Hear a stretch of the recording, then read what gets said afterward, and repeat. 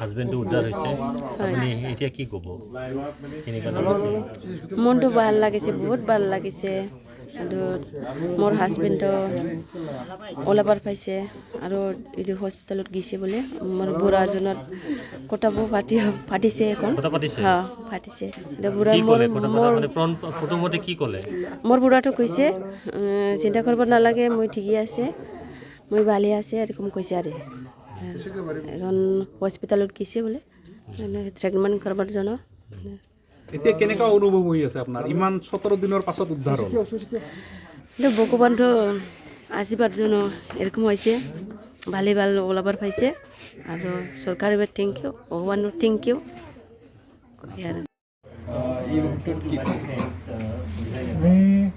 এই মুহূৰ্তত মানে গম পাইছে মানে আমি ল'ৰাৰ লগতো কথা পাতিছোঁ অলপ আগতে তেওঁ মোৰ ল'ৰাজনে মানে এম্বুলেঞ্চৰ ভিতৰত আছিল ল'ৰাজনে মোক ক'ল বোলে বাবা মোক চিন্তা কৰিব নালাগে মই ভালেখিনি আছোঁ একো চিন্তা নকৰিবা আমি বৰ্তমান এম্বুলেঞ্চৰ ভিতৰত সোমায়ো মানে এম্বুলেঞ্চতে ডক্টৰবিলাকে আছে তেওঁলোকে আমাক চিকিৎসা লৈ আছে মোৰ ল'ৰাজনে ক'লে আৰু ল'ৰাজন ওলাই অহাৰ কাৰণে মোৰ মনটো বহুত ভাল লাগিছে আৰু লগতে মই চৰকাৰক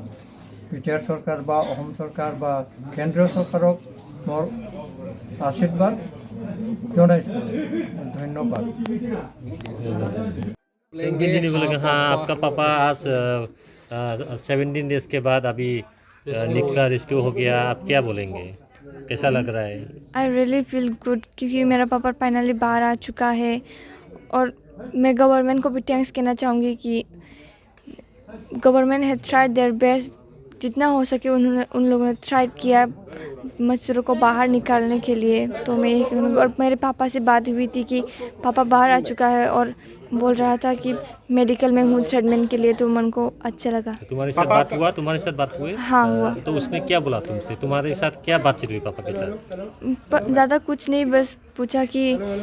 घबराने की कोई बात नहीं मैं ठीक हूँ और अभी मेडिकल में हूँ ट्रीटमेंट के लिए ऐसे এতিয়া সঞ্জয়ৰ লগত কথা পাতিব পাৰিলেনে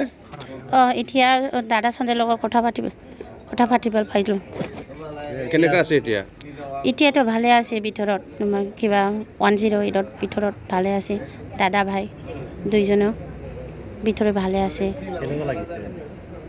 মোৰ দাদা এতিয়া ওলাবাৰ পাইছে মোৰ মনটো খুব শান্তি লাগিছে ফূৰ্তি লাগিছে এতিয়া হস্পিটেল লৈ যোৱা মেডিকেলত লৈ যাই আছোঁ এনেকুৱা হ'ল দাদাটো দুইজনে লৈছে কাক ধন্যবাদ দিব কিবা অসম চৰকাৰত ধন্যবাদ দিছোঁ আৰু ৰবিৰাম ছাৰ গোটেইখিনি ছাৰ আছে ধন্যবাদ দিছোঁ দেশৰ প্ৰাইম মিনিষ্টাৰ নৰেন্দ্ৰ মোদী কি ক'ব ধন্যবাদ দিছোঁ নৰেন্দ্ৰ মোদী ছাৰ ধন্যবাদ দিছোঁ অসমৰ মুখ্যমন্ত্ৰী ধন্যবাদ দিছোঁ গোটেইখিনি আছে ধন্যবাদ দিছোঁ উত্তৰাখণ্ডৰ যিমান অফিচাৰ বা CM হওক বা SDR ইণ্ডিয়াৰে কি ক'ব যোনে কাম কৰিছে বহুত কষ্ট কৰি গোটেইখিনি ভাল পাইছোঁ গোটেইখিনি ধন্যবাদ দিছোঁ